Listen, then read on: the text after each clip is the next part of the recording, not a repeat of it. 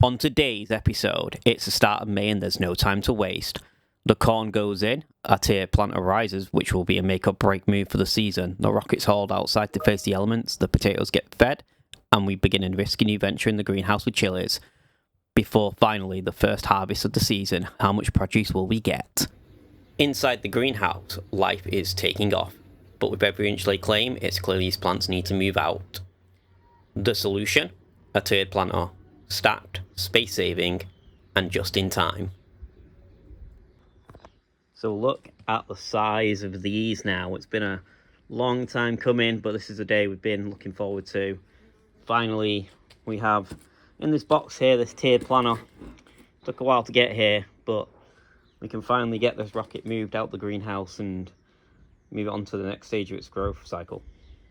Well, here are all the parts to the tiered planter. We've got the frame here, the shelves that need to go on, so hopefully it's not too difficult to put together, I don't think, but we'll give it a try. We've got a section of bolts as well, so we'll try and get this all put together. Well, we're halfway done with the stacked planter. I've had to move the strawberries because of this top tier was getting in the way. I need to clean up these strawberries as well because some of them didn't survive. However, some of them are flowering up here. So we will at least have some strawberries, and probably more than we would have got in their original spot. But yeah, we've got 3 more shelves to put on, so let's go and do it. Well, as you can see from behind me, we've built the tower now. It's time to get our first little bit of produce in. So I think we're gonna, for the time being, go on the top shelf as the rocket, and then we can move it around as we get more stuff out from in there, move it along. Strawberries, as I mentioned, have had to be moved over one, just because they were hitting the top of this. However, what I think we'll do is eventually we'll replace the ones that didn't survive being transferred over, and we'll hopefully get another strawberry bag here, and we'll continue with the strawberry planter down over there as well. And here we have it in the final spot. Rocket is all in. They've had a good water. Hopefully they all transfer through. We got the full pots and the full roots, so they should be well dug in. All the soil's had a really good watering because it's going to be quite dry, so down to nature now to see how they get on. But hopefully we'll have a nice supply of fresh solid going forward. Last time, this patch was stripped back to bare soil, clearing the way for planting. Now the ground is being broken up and loosened, giving sweetcorn roots room to spread deep. The goal: strong, upright plants and a steady crop later in the season. Well, we've prepped the ground here as best as we can and pulled out a load of waste and debris that's over time ended up in this bit here at the bottom of the garden.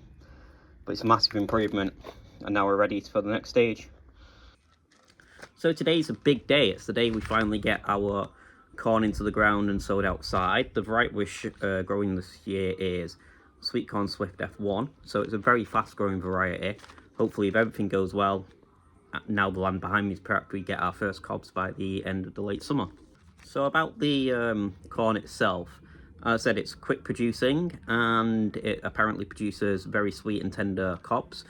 The cobs on this are apparently perfect for having fresh straight off the eyes of the straight off the stalk, or even just throwing on the barbecue during the late summer. So hopefully we get to enjoy these and they all come through. Well, these are our little corn seeds here. Let's have a little look at it. This is will hopefully produce us some nice stalks and some good veg later on this year.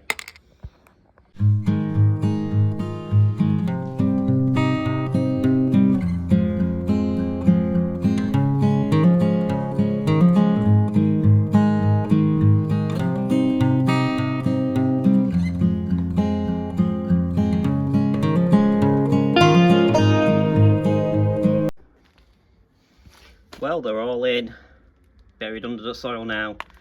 We'll give them some water, and it's just going to be a waiting game to see what happens.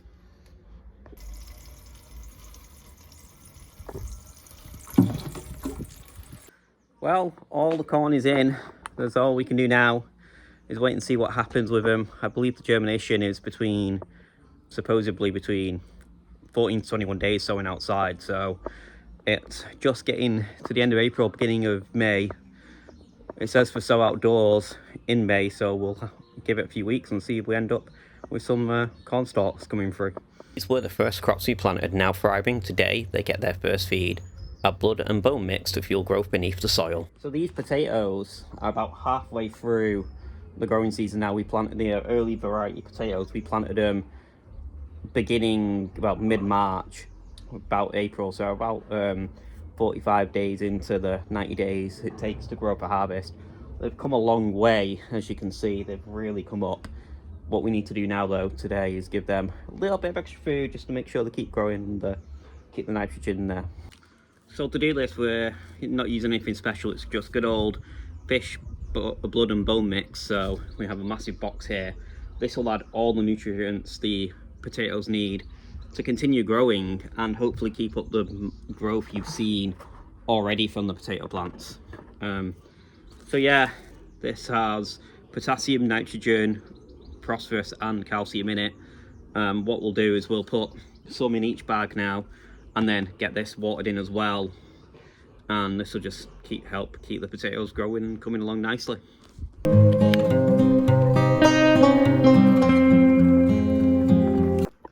Well, the sun's just peeking out and the potatoes all watered now. We've still got a little bit of residue just on the plants there, but underneath the soil, all good watering. Hopefully that blood and bone mix will just all soak into the soil and become nutrients for the plants, and they'll keep growing and keep going along. We've got about another 45 days and then these will be ready to harvest. Hi there, so it's been a few days and we actually have a few new arrivals in our garden. Firstly, our rocket is now fully outside and this will be ready to harvest in the next few days. Really looking forward to trying some of that homegrown rocket, seeing what it tastes like.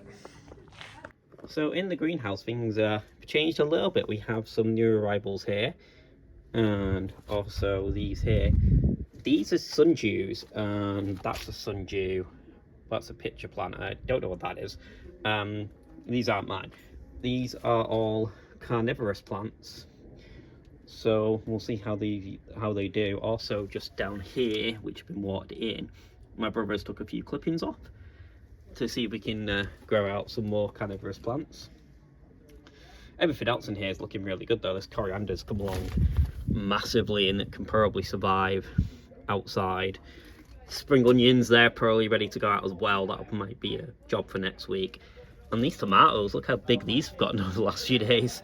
Again, these aren't far away from being moved outside, which means we do have some room to plant new stuff.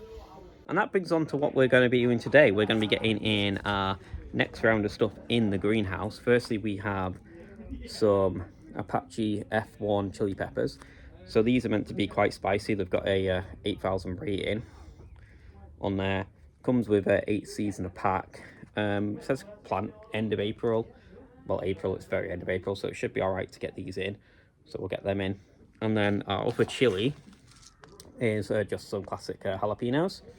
I don't know how many seeds are in this one, but both of these should be harvestable from July onwards. So we'll see how we get on, and hopefully we can make some decent homemade chili with our own peppers.